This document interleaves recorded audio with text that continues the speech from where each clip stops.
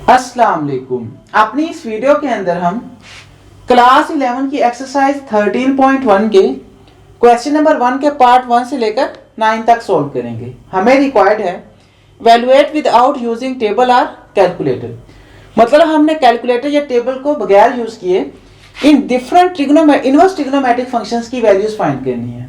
तो इस वीडियो में सबसे पहले हम देखेंगे कि इनवर्स ट्रिग्नोमेट्रिक फंक्शंस हमारे पास कौन से फंक्शंस होते हैं। उसके बाद हम उसको डिफाइन करने के बाद डिफरेंट एग्जांपल्स की मदद से उसके बाद हम इनकी वैल्यूज फाइंड करना सीखेंगे कि इनवर्स ट्रिग्नोमेट्रिक फंक्शंस की वैल्यूज हम किस तरह से फाइंड कर सकते हैं कैलकुलेटर या टेबल के यूज किए बगैर। लेकिन उससे पहले मैं एक हदीस मुबारक बयान करूंगा छोटी सी, उसके बाद हम इस क्वेश्चन को सोल्व करेंगे। तो सही मुस्लिम की हदीस है कि हुजूर ने इरशाद फरमाया, रसूलुल्लाह सल्लल्लाहु अलैहि वसल्लम ने लानत फरमाई सूद खाने वाले पर और इसके लिखने वाले पर और इसके गवाह पर, और फरमाया ये सब बराबर है। खुदारा सूद या लानत से बच जाएं, अल्लाह ताला हमें इन अहादीस पर अमल पैरा होने की तौफीक अता फरमाए, आमीन। अब हम क्वेश्चन की तरफ आगे बढ़ते हैं। तो सबसे पहले मैं डिफाइन करता हूं कि इनवर्स ट्रिग्नोमेट्रिक फंक्शंस हमारे पास कौन से फंक्शंस होते हैं। तो इनवर्स ट्रिग्नोमेट्रिक फंक्शंस लिख लेते हैं। इसकी डेफिनेशन से पहले एक एग्जांपल की मदद से आपको समझाने की कोशिश करता हूं। लेट्स सपोज हमारे पास साइन 30 है। साइन 30 डिग्री किसके इक्वल होता है? 1/2 के इक्वल। हम जानते हैं कि ये हमारे पास डिफरेंट ट्रिग्नोमेट्रिक फंक्शंस की वैल्यूज होती हैं साइन और कोस की डिफरेंट एंगल्स के ऊपर। मतलब हमने पिछले क्वेश्चंस में भी देखा था कि हमारे पास साइन 0 पे 0 देता है वैल्यू, 30 पे 1/2 वैल्यू देता है, 45 पे 1/2 का स्क्वायर रूट, 60 पे square root of 3 divided by 2 और 90 पे क्या देता है 1। और कोस की वैल्यूज इस तरफ से स्टार्ट होती है, 0 पे ये, 30 पे ये, 45 पे ये, 60 पे ये एंड 90 पे ये। आप पिछले 2-3 चैप्टर्स में इनको यूज करते हैं। मैंने सिर्फ इसको लिख लिया अपनी आसानी के लिए ताकि हम यहाँ पर जरूरत पड़े अपने क्वेश्चन में यूज कर सकें। और उसके अलावा ये हमारे पास डिफरेंट ट्रिग्नोमेट्रिक फंक्शंस की क्वाड्रेंटल एंगल्स के ऊपर वैल्यूज होती हैं, मतलब साइन और कोस की।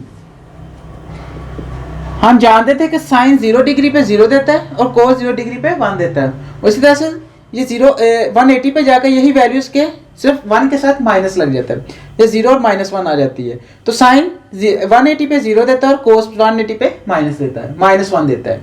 और इसी तरह से हमारे पास 90 पे क्या आ जाता है, यहाँ पर 0 1 था तो यहाँ पर 1 0 आ जाता है। और इसी तरह से 270 पे -1 0 होता है। और ये पहली वैल्यू साइन की होती है और दूसरी कोस की। आप इनसे वाकिफ हैं कि साइन 90 पे 1 देता है, कोस 90 पे 0, और साइन 180 पे 270 पे -1 देता है और कोस 270 पे 0 देता है। बाकी यहाँ पर आप इनको बस ज़हन में रखें, यहाँ पर हमें ज़रूरत होगी हम इनको यूज़ कर रहे होंगे।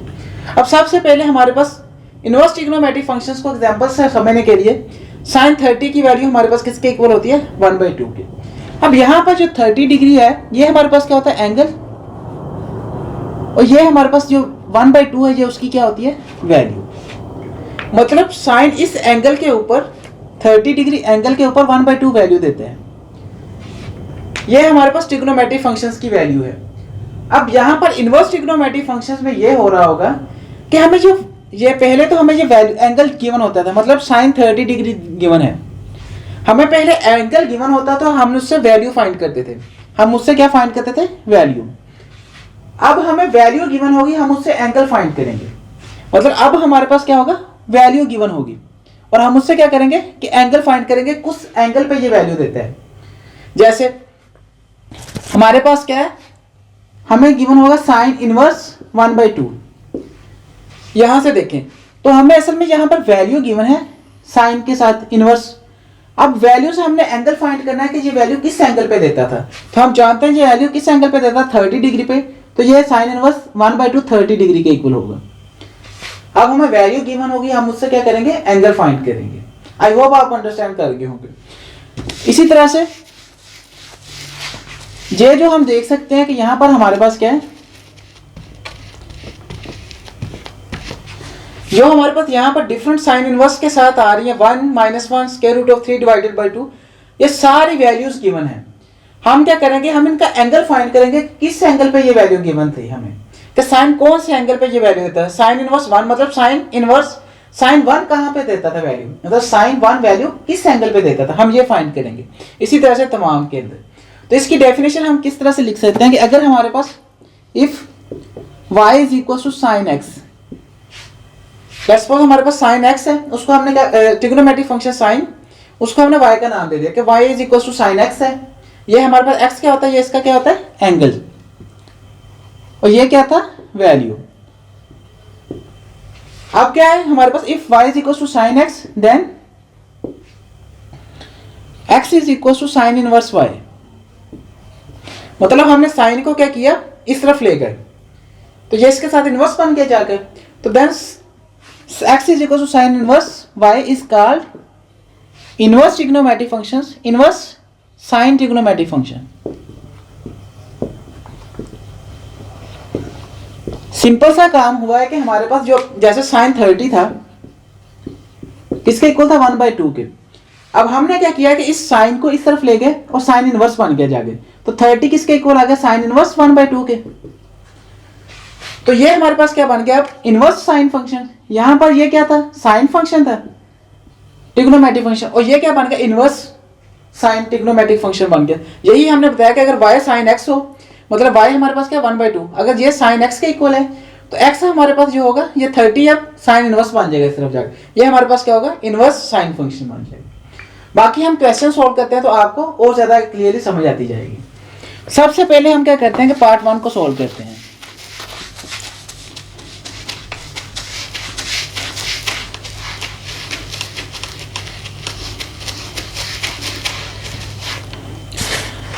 पार्ट 1 के अंदर हमारे पास है साइन इनवर्स 1,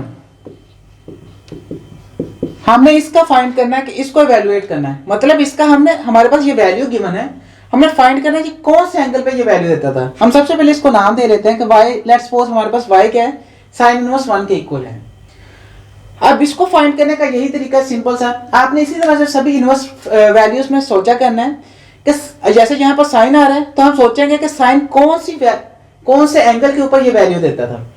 अब यहाँ पर हमारे पास कौन से एंगल पे ये वैल्यू आती थी 1, हम जानते थे कि ये हमारे पास साइन और कोस की वैल्यूज 1 और 0 के लिए तो हमारे पास यहाँ पर क्वाड्रेंटल एंगल यूज होते हैं जो हमारे पास 0, 90, 180 या 270 में से होगी कोई वैल्यू, तो हम जानते थे कि ये हमारे पास साइन की वैल्यू, ये कोस की वैल्यू है। तो साइन ये साइन 90 पे 1 देता है हमारे पास, कि साइन 90 पे जब होता है ये 1 देता है, हम जानते हैं। तो हमारे पास अगर साइन इनवर्स 1 आ रहा है तो हम क्या कह सकते हैं कि अगर हमारे पास मतलब साइन कौन से एंगल पे ये वैल्यू देता है, इसका मतलब कि साइन 90 डिग्री पे ये वैल्यू देता है, तो हम लिख देंगे कि y हमारे पास किसके इक्वल होगा 90 डिग्री के। सेम जैसे हमने देखा था कि साइन 30 किसके इक्वल था 1/2 के, तो जब हमें साइन इनवर्स 1/2 आ गया तो हमने कहा कि ये 30 डिग्री पे ये वैल्यू देता था, तो उसका आंसर क्या आया था 30 डिग्री। इसी तरह से हमने यहाँ पर किया कि हमारे पास साइन, हमने देखना कि साइन किस पे ये वैल्यू देता है, किस एंगल पे ये वैल्यू देता है, इसमें हमारे पास क्या आ रहा होगा एंगल आ रहा होगा आंसर में।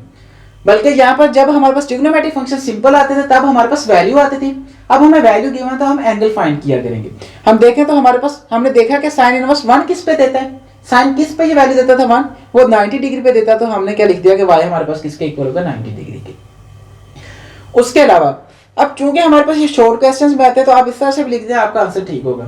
वरना आप प्रॉपर डॉक्यूमेंटेशन करना चाहें इसकी तो हम इस तरह से लिखेंगे, इसको हम उस तरह से भी सॉल्व करवा देता हूँ। बाकी बाद में मैं आपको सिंपली इस तरह से बताता चला जाया करूंगा, आप अगर प्रॉपर लिखना चाहें शॉर्ट क्वेश्चन के हिसाब से तो आप उस तरह से लिख लीजिए करके, जब मैं अभी मेथड करवाता हूँ इसी को। तो लेट्स सपोज हमारे पास क्या है, इसी को सोल्व करना हो हमने y is equal to sine inverse 1 को, हम क्या लिखेंगे कि let y is equal to sine inverse 1 है हमारे पास। अब नेक्स्ट हमारे पास क्या करेंगे, हम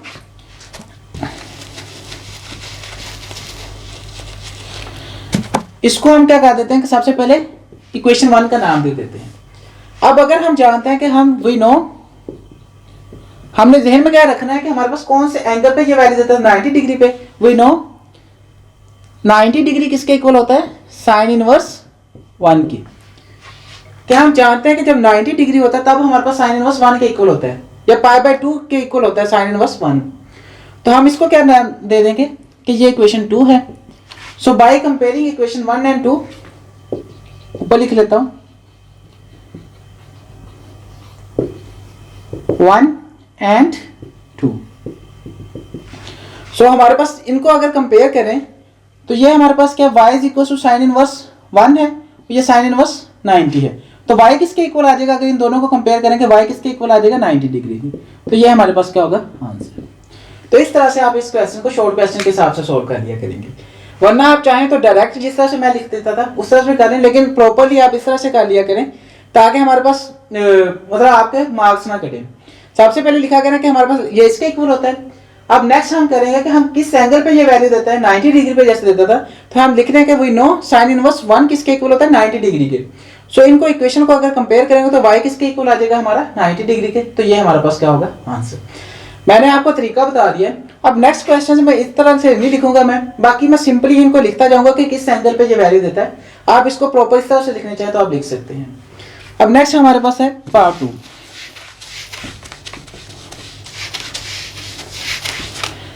पार्ट 2 के अंदर हमारे पास है साइन इनवर्स -1। अब हमारे पास यहां पर -1 आ गया, माइनस आ गया। हम जानते थे कि जब हमारे पास साइन होता था, साइन माइनस थीटा किसके इक्वल होता था? माइनस साइन थीटा के। अगर हमारे पास एंगल के साथ माइनस आ जाता था तो वो सिर्फ कोस और सीकेंड के अंदर पॉजिटिव आता था। नेक्स्ट यानी कोस माइनस थीटा किसके इक्वल होता था? प्लस कोस थीटा के। और इसी तरह से सीकेंड माइनस थीटा किसके इक्वल होता था? प्लस सीकेंड थीटा के। कोस सीकेंड सिर्फ नेगेटिव एंगल भी पॉजिटिव होता था, बाकी सारे एंगल्स क्या होते थे? नेगेटिव ही होते थे। जैसे tan माइनस थीटा किसके इक्वल होता था? Minus tan theta. और इस तरह से कोट माइनस थीटा भी माइनस कोट थीटा होता था, और कोसिकेंड माइनस थीटा भी माइनस कोसिकेंड थीटा होता था। अब सेम काम हमारे पास इनवर्स में भी होता है कि जैसे हमारे पास कोस इनवर्स और सीकेंड इनवर्स पॉजिटिव होगा, मतलब इनके साथ इनवर्स भी लगा देंगे, बाकी साइन टैन कोट और कोसिकेंड इनवर्स भी माइनस साइन इनवर्स माइनस आ जाएगा साथ में। जैसे साइन इनवर्स माइनस थीटा है जैसे, तो ये क्या होगा? Minus sine inverse theta. इसी तरह से यहां पर भी ये cos inverse minus theta plus cos inverse minus theta के इक्वल होगा, सीकेंड भी प्लस और बाकी सारों के साथ माइनस आ रहा होगा। मतलब सेम वही काम हो रहा है जो हमारे पास आम ट्रिग्नोमेट्रिक फंक्शंस के अंदर था, इनवर्स के अंदर भी सेम ही होता है कि जब कोस और जो सीकेंड होता है वो पॉजिटिव आते हैं, बाकी सारे माइनस आते हैं। अब यहां पर हमारे पास क्या है? यहां पर हमारे पास है साइन इनवर्स -1, तो इसको हम लिख लेंगे कि ये हमारे पास क्या होगा? माइनस साइन इनवर्स 1 के इक्वल। तो ये जो हमारे पास माइनस है ये बाहर आ गया और साइन इनवर्स 1 आ गया। अब नेक्स्ट हमारा काम क्या होगा कि हम देखेंगे कि ये एंगल किस पे वैल्यू देता था। हम जानते हैं कि 1 किस पे वैल्यू देता था? 90 डिग्री पे। तो ये क्या बन जाएगा? -90 डिग्री। और इसको अगर हम π/2 के पाई के अंदर लिखना चाहें, रेडियंस के अंदर, तो क्या बन जाएगा? -π/2। आप चाहें तो इसको पाई के अंदर भी लिख सकते हैं, -π/2 आंसर आ जाएगा, या -90 डिग्री आंसर होगा। बहुत ही आसान से क्वेश्चन है, बस सिंपल सा आपको समझने की जरूरत है एक दफा। अब नेक्स्ट हमारे पास है पार्ट 3। पार्ट 3 के अंदर हमारे पास है cos inverse square root of 3 divided by 2। तो इन क्वेश्चंस को सोल्व करने का वैसे आसान सा तरीका है कि आप ये चीजें साथ में साइड पे लिख लिया करें ताकि आपके जहन में हो, बस उनको देखते जाओ, अपने क्वेश्चन सोल्व करते जाएंगे। अब नेक्स्ट हमारे पास है cos inverse square root of 3 divided by 2।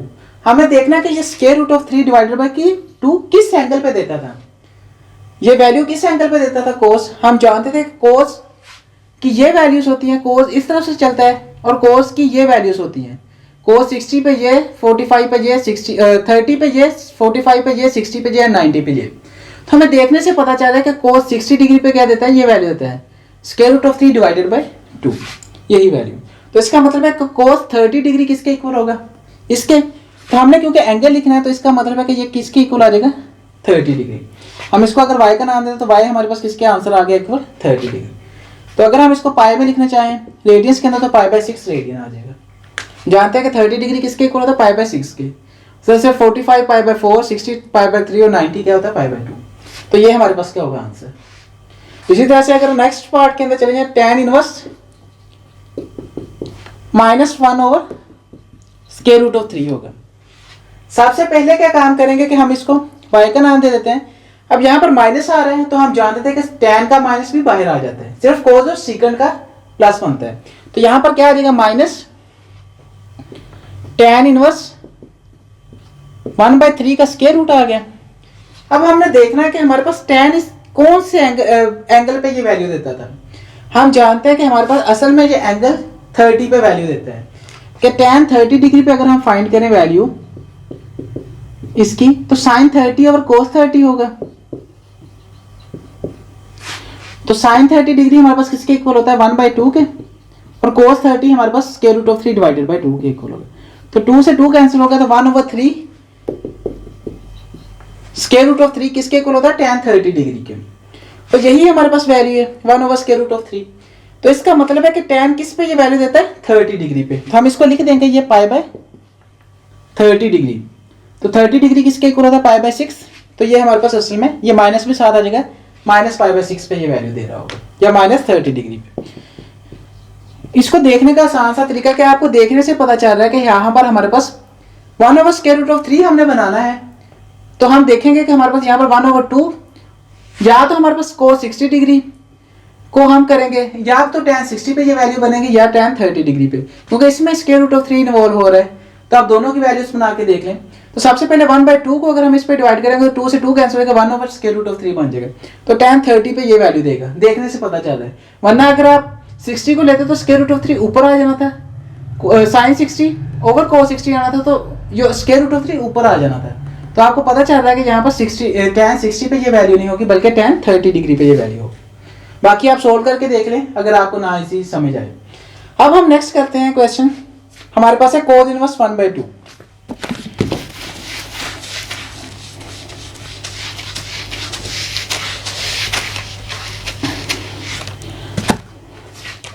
cos inverse 1/2। तो cos किस पे ये वैल्यू देता है 1/2।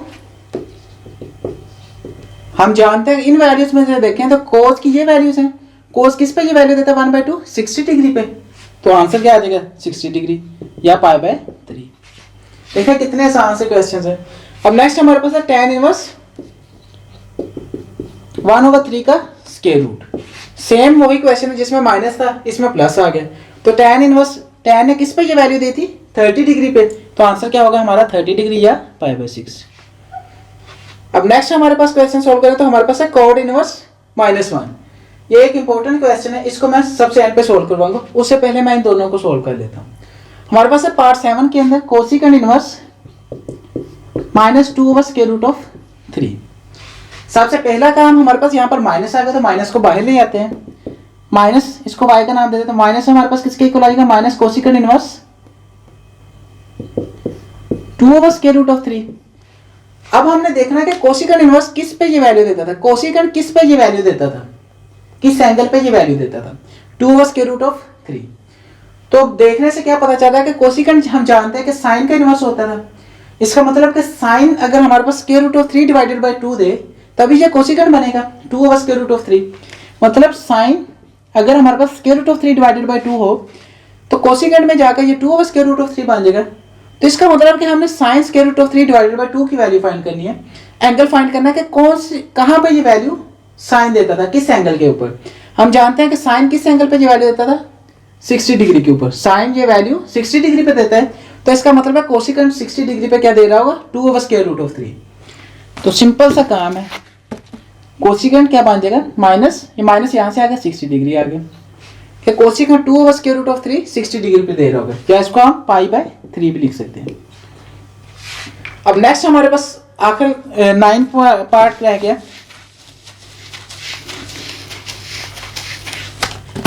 9 पार्ट के अंदर हमारे पास है साइन इनवर्स -1/2 का स्क्वायर रूट। सबसे पहले माइनस बाहर आ जाएगा, साइन इनवर्स 1/2 का स्क्वायर रूट। तो साइन किस पे 1/2 स्क्वायर रूट देता है वैल्यू, किस एंगल के ऊपर। हम जानते हैं कि 45 डिग्री पे ये वैल्यू देता है 1/2 का स्क्वायर रूट। तो हमारे पास क्या आ जाएगा आंसर 45 डिग्री। माइनस वैसे आएगा 45 डिग्री या हम इसको -π/4 भी लिख सकते हैं। ये हमारे पास क्या होगा आंसर। अब सबसे एंड पे हम करते हैं पार्ट 7 जो हमने छोड़ा था, जिसको हमने एक इंपॉर्टेंट पार्ट कहा था। इस पार्ट के अंदर हमारे पास है कोट इनवर्स -1 है हमारे पास। हम इसको लेट्स सपोज एक नाम दे देते हैं y का। अब हम जानते हैं कि ये हमारे पास क्या है वैल्यू और ये हमारे पास क्या होता है एंगल। असल में हमने क्या करना है कि हमने y की वैल्यू फाइंड करनी है। तो पिछले क्वेश्चन की तरह देखने से मुझे तो नहीं कहीं से पता चल रहा है कि कोट -1 किस वैल्यू के ऊपर देता है, मतलब किस एंगल के ऊपर -1 वैल्यू देता है। इंपॉर्टेंट क्वेश्चन है। तो हम क्या करेंगे कि हमारे पास देखने से पता नहीं चल रहा है कि -1 किस वैल्यू किस एंगल पे ये वैल्यू देता है। हम क्या करेंगे कि हम इसको एक और मेथड से एक तरीके से सोल्व करने की कोशिश करेंगे इस क्वेश्चन को, जिसमें हमें देखने से पता नहीं चल रहा। हम करते हैं कि सबसे पहले हमने, क्योंकि y की वैल्यू फाइंड करना है, हम कोई तरीका अडॉप्ट करेंगे जिससे हम किसी ना किसी तरह से y की वैल्यू फाइंड कर सकें। सबसे पहले कोट को अगर हम इस तरफ ले आए तो कोट y किसके इक्वल होगा, -1 के। कोट y -1 के इक्वल होगा। अब यहां से हम कहते हैं कि हम इसको, हमारे पास एक कॉन्सेप्ट था को रेशियोज का, 9.2 समथिंग के अंदर आपने देखा था कि हम जानते थे कि अगर हमारे पास लेट्स सपोज tan है, अगर हम हमारे पास हाफ एंगल हो π/2 या 3π/2, उसमें कोई चीज ऐड हो रही हो या सब्ट्रैक्ट हो रही हो, अगर ऐड हो रही हो या सब्ट्रैक्ट हो रही हो तो वो ट्रिग्नोमेट्रिक रेशियोज को रेशियोज में कन्वर्ट हो जाती थी। जैसे tan π/2 माइनस थीटा है, तो ये हमारे पास ट्रिग्नोमेट्रिक हाफ एंगल है, हाफ एंगल का ये मल्टीपल 3π/2 भी हो सकता था। यहाँ पर इसमें से कोई चीज सब्ट्रैक्ट हो रही है, माइनस हो रही है या प्लस भी हो रही होती, तो ट्रिग्नोमेट्रिक रेशियोज को रेशियोज में कन्वर्ट होती है। मतलब साइन कोस में, कोस साइन में, टैन कोट के अंदर और कोट टैन में, इसी तरह से कोसिकेंट सीकेंट में और सीकेंट कोसिकेंट में। टैन किस में कन्वर्ट हो जाता है, कोट के अंदर, कोट थीटा। अब नेक्स्ट हम क्या करते थे कि हम डिसीजन करते थे कि यहाँ पर प्लस आएगा या माइनस आएगा। वो हम किस तरह से करते थे कि हम क्वाड्रेंट के हिसाब से करते थे। हम जानते हैं कि हमारे पास यहाँ पर टैन है और π/2 माइनस थीटा है, π/2 माइनस थीटा फर्स्ट क्वाड्रेंट आ रहा है, और फर्स्ट क्वाड्रेंट के अंदर तमाम ट्रिग्नोमेट्रिक फंक्शंस पॉजिटिव होते हैं, तो इसका मतलब टैन भी यहाँ पर पॉजिटिव होगा, यहाँ पर भी क्या आ जाएगा, पॉजिटिव कोस थीटा। तो असल में हमने क्या किया यहाँ पर कि हमने टैन कोट थीटा को टैन में कन्वर्ट करने की कोशिश की है यहाँ पर, कि यहाँ पर हमारे पास हमने किस तरह से प्लस कोट y आ रहा था, मतलब ये y हमारे पास क्या होता है, एंगल। हमने असल में प्लस कोट इंटू एंगल बनाया है, कोट एंगल, और इसको हमने टैन में कन्वर्ट कर लिया कि tan π/2 minus theta plus cot theta के इक्वल है। तो इसकी जगह पर हम असल में ये पुट करेंगे, क्योंकि हम जानते हैं कि कोट से टैन में कन्वर्ट करके हम फाइंड करना ज्यादा इजी होगा हमारे लिए। हमने असल में वैल्यू क्या करनी है, y की वैल्यू फाइंड करनी है। अब दूसरी बात यह है कि यहाँ पर आप किस तरह से डिसाइड करेंगे, यहाँ पर π/2 माइनस थीटा ही आएगा। असल में यहाँ पर अगर π/2 प्लस थीटा होता तो ये कौन सा क्वाड्रेंट होता, सेकंड क्वाड्रेंट में आ जाता, और सेकंड क्वाड्रेंट के अंदर हमारे पास साइन और कोसिकेंट सिर्फ पॉजिटिव होते हैं, बाकी नेगेटिव होते हैं, तो यहाँ पर माइनस कोट थीटा बनना था। और उसके अलावा यहाँ पर सिर्फ 4 में से आ सकते थे π/2, क्योंकि ट्रिग्नोमेट्रिक रेशियोज को रेशियोज में कन्वर्ट करनी थी हमने को, तो हमारे पास टैन को कोट में, कोट को टैन में कन्वर्ट करना था, मतलब तो हमारे पास सिर्फ π/2 के मल्टीपल आ सकते थे, π/2 या 3π/2। तो आप चारों का सहारा ले सकते हैं, क्या आप बारी बारी फाइंड कर सकते हैं कि π/2 माइनस थीटा के लिए क्या बन सकता है, प्लस कोट थीटा बनता है या नहीं। इसी तरह से π/2 प्लस थीटा बन सकता है, और इसी तरह से 3π/2 के लिए भी चेक कर सकते थे। लेकिन मैंने अपना टाइम वेस्ट करने की बजाय, क्योंकि मुझे पता था डायरेक्टली π/2 माइनस थीटा भी प्लस कोट थीटा देता है, तो मैंने डायरेक्ट ही लिख लिया कि मेरा टाइम बच जाए। बाकी अगर आपको ना पता तो आप इनको फाइंड कर सकते हैं। उसके अलावा भी आपको जब π/2 माइनस थीटा जैसे हमने फाइंड कर लिया, तो आपको अगर यहाँ पर प्लस कितना तो आपको यहाँ पर माइनस आ जाना था। तो अगर हमारे पास इस क्वाड्रेंट में आया था, अब पिछले क्वाड्रेंट में लाने के लिए हम माइनस कर लेते। मतलब आपको देखने से समझ आ रही होगी वैसे भी। अब हमारे पास यहाँ पर देखें तो हमारे पास प्लस कोट थीटा बना है, ये हमने बना लिया है। अब हम क्या करेंगे कि ये भी हमारे पास असल में y क्या था, ये भी थीटा ही है, एंगल ही है, तो हम इसकी जगह पर क्या पुट कर सकते हैं, कोट से टैन में जा सकते हैं। टैन से अगर इसमें जा सकते हैं तो इससे हम वापस इसमें भी आ सकते हैं। हमारी कोशिश थी कि हमने कोट से टैन के अंदर आ जाए, तो हम इसकी जगह पर ये लिख सकते हैं कि टैन π/2 माइनस कोट थीटा की जगह पर π/2 माइनस थीटा, वो थीटा हमारे पास क्या y, हम इसको लिख सकते हैं कि ये किसके इक्वल होगा, tan π/2 cot y minus y is equal होगा -1 के, कि ये हमारे पास -1 के इक्वल होगा। हम इसको यहां से रिमूव कर देते हैं। अब हमारे पास सिंपल सा काम है कि हमने वैल्यू y की वैल्यू फाइंड करनी है। अगर टैन को इस तरफ ले जाएं तो π/2 माइनस y किसके इक्वल आ जाएगा, टैन इनवर्स -1। अब यहाँ पर माइनस आ रहा है तो इसका मतलब कि माइनस बाहर आ जाएगा जब भी नेगेटिव एंगल आ जाए, तो π/2 माइनस y किसके इक्वल आ जाएगा, माइनस टैन इनवर्स 1 के। अब जहां से हम देखो तो हम यहां से इजीली फाइंड कर सकते हैं कि tan इनवर्स 1 किस पे वैल्यू देता है, किस एंगल के ऊपर। हम जानते हैं कि 45 डिग्री पे वैल्यू देता था, वो इस तरह से, क्योंकि हम जानते हैं कि sin 45 डिग्री पे 1/2 का स्क्वायर रूट होता है, इसी तरह से cos भी 45 पे यही 1/2 का स्क्वायर रूट होता है।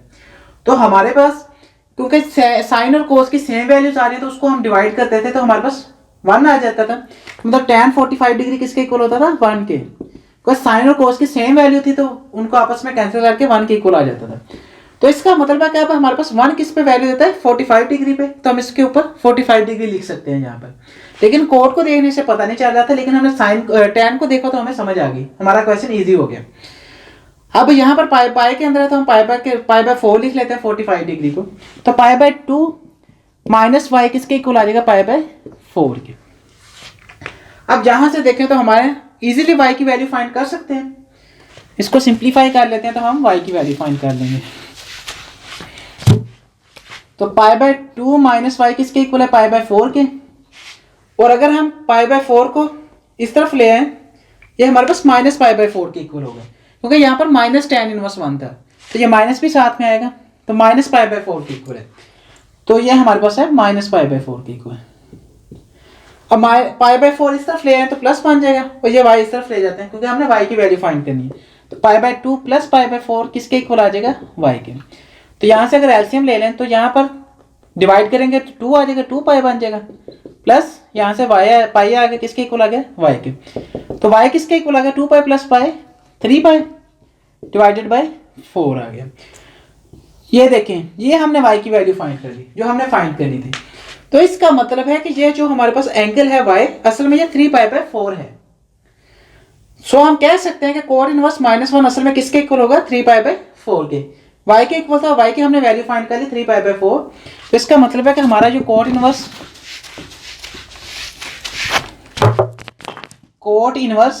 -1 है वो किसके इक्वल है, 3 पाई बाय 4 के। ये हमारे पास क्या होगा, आंसर। ये हमारे पास असल में क्या होगा, एंगल। तो इस वैल्यू पे ये एंगल देता है। थोड़ा सा मुश्किल सा क्वेश्चन था, सिंपली हमने क्या किया कि हमें देखने से समझ नहीं आ रही थी तो हमने किस न किस तरह से y की वैल्यू को फाइंड करना था। हमने क्या किया कि हमने कोड को tan में कन्वर्ट कर लिया, को रेशियोज का सहारा लिया, ट्रिग्नोमेट्रिक रेशियो से को रेशियोज का, तो वहां से हमें tan में कन्वर्ट हो गया। tan से हमने जब वैल्यू फाइंड की तो वो हमसे आसानी से फाइंड होगी। तो उसके बाद हमने क्या किया कि वहां से y की वैल्यू फाइंड कर ली, तो जो हमारे पास क्या आ गया, आंसर हो गया। बाकी आप प्रैक्टिस करेंगे तो आपके क्वेश्चन ये सभी सॉल्व हो गए। बाकी आई होप ये सभी क्वेश्चंस की आपको समझ आ गई होगी। बाकी सारे क्वेश्चन तो आसान से थे। अगर आपको ये वीडियो पसंद आई हो तो इस वीडियो को लाजमी लाइक कीजिएगा, हमारे चैनल को लाजमी सब्सक्राइब कीजिएगा। सो जैसे नई वीडियोस अपलोड होती है हम जल्द से जल्द उन वीडियोस को देखते हैं। Thank you so much for watching. मिलते हैं नेक्स्ट वीडियो के अंदर। अल्लाह हाफिज़।